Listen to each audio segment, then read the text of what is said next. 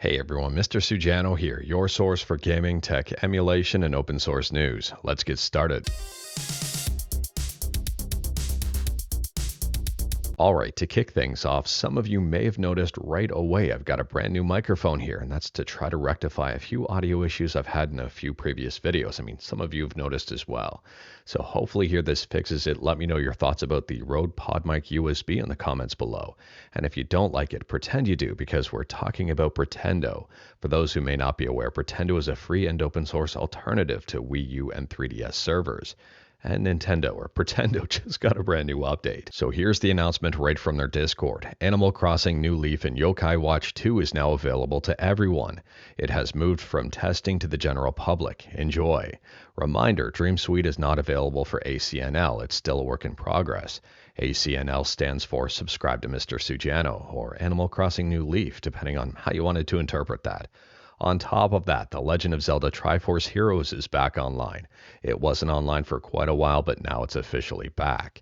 And Dr. Mario Miracle Cure is back online and has been made available for everyone. Now, I don't know about you, but I would say this is a pretty big update for Pretendo, and I'd recommend checking out their Discord for even more information. I mean, there's a whole lot of information on the Discord, including testing and troubleshooting and also announcements, and also connecting with like-minded individuals who may be playing the games that you love. On top of that, if you're interested in this and wanted to learn more about everything, like everything we talk about, links are in the description below right at the bottom. I don't hide my sources. You can join their Discord right from the main page here. And speaking about big announcements, next up we're talking about NVIDIA and the Steam Deck. And I would say this is incredibly huge for the Steam Deck, especially if you like GeForce Now. So here's the announcement. RTX on the deck, the GeForce Now native app for Steam Deck is here. The best part about this is the app is already available. They say here the app is now available and gamers can stream titles on the Steam Deck at up to 4K 60 frames per second connected to a TV, with HDR10, NVIDIA DLSS 4, and Reflex technologies on supported titles. Plus, members can run these games at settings and performance levels that aren't possible natively on the Steam Deck. To top it off, Steam Deck users can enjoy up to 50% longer battery life when streaming from an RTX gaming rig in the cloud. Let me know your thoughts about this one, but I would say even if you don't use GeForce Now, this is a huge win for the Steam Deck and may help breathe even more life into an already amazing system. And speaking about systems, next up we're talking about Apple, and it's being reported that Apple is changing the naming convention on its operating systems, going from something like iOS 16 and macOS 16 to iOS 26 and macOS 26. Now, it's worth noting this has not been announced just yet, but a lot of this stuff gets out into the public before it's officially announced. And I mean, this is being reported all over the place. And I can understand the purpose of changing the naming convention. You may roll your eyes at it, but at the same time here, it helps level the playing field in terms of version numbers for everything they have. From my understanding, the announcement is supposed to happen on June 9th, and let me know your thoughts about this one. I mean, would you prefer a naming convention that's all the same? Or do you prefer things all over the place like iOS 18, watchOS 12, and visionOS 2? And speaking about announcements, next up we're talking about Halo, and right now this is just a rumor, but I'm curious to see if it materializes, and I'm curious to see what the announcement would be. But it's being reported, and by a bunch of different places, but I think this is the initial source. There will be a big Halo announcement this year. What do you think it's going to be if it happens? Do you think it's going to be Halo on PS5, Switch 2, or do you think it's going to be something completely different? Next up, we're shifting from announcements and talking about releases and talking about Elden Ring Nightreign. Now, Elden Ring Nightreign has just released and is extremely popular. Taking a look here at just SteamDB, so this is only PC right now.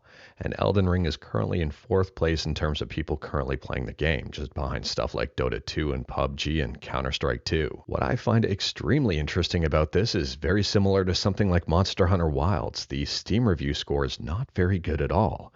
Right now it's sitting at an overall mixed review score with a whole ton of reviews. I've seen some reports out there about poor PC optimization, frame drops, and stuff like that, but then I take a look at the reviews and I see very interesting things like this here.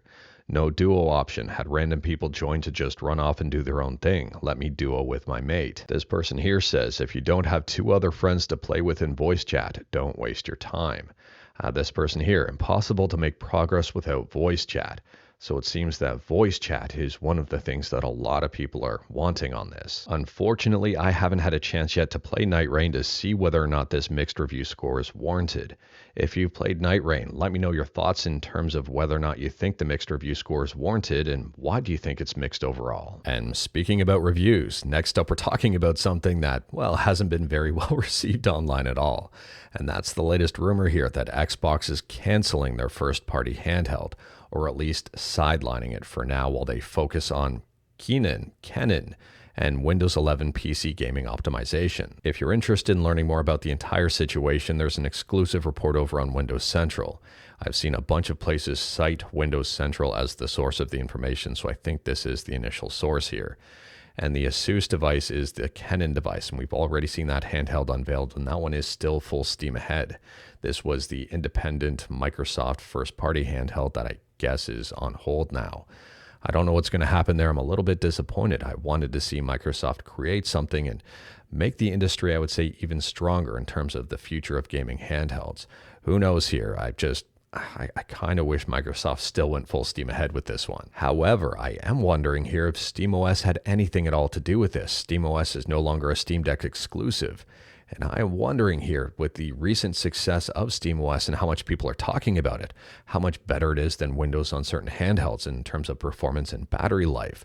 I'm wondering here if that maybe helped contribute to Microsoft's overall decision to focus on Windows gaming and trying to make that a much better experience as opposed to develop a handheld that would still have the Windows gaming shortcomings. So with that in mind, I can maybe understand why Xbox and Microsoft have put that handheld on hold. Hopefully it's not canceled. Hopefully it is just on hold here, but we're going to have to wait and see. Next up, we're talking about game preservation and ROMs and the Video Game History Foundation. And if you're interested in one or all three of those, you might be interested in this.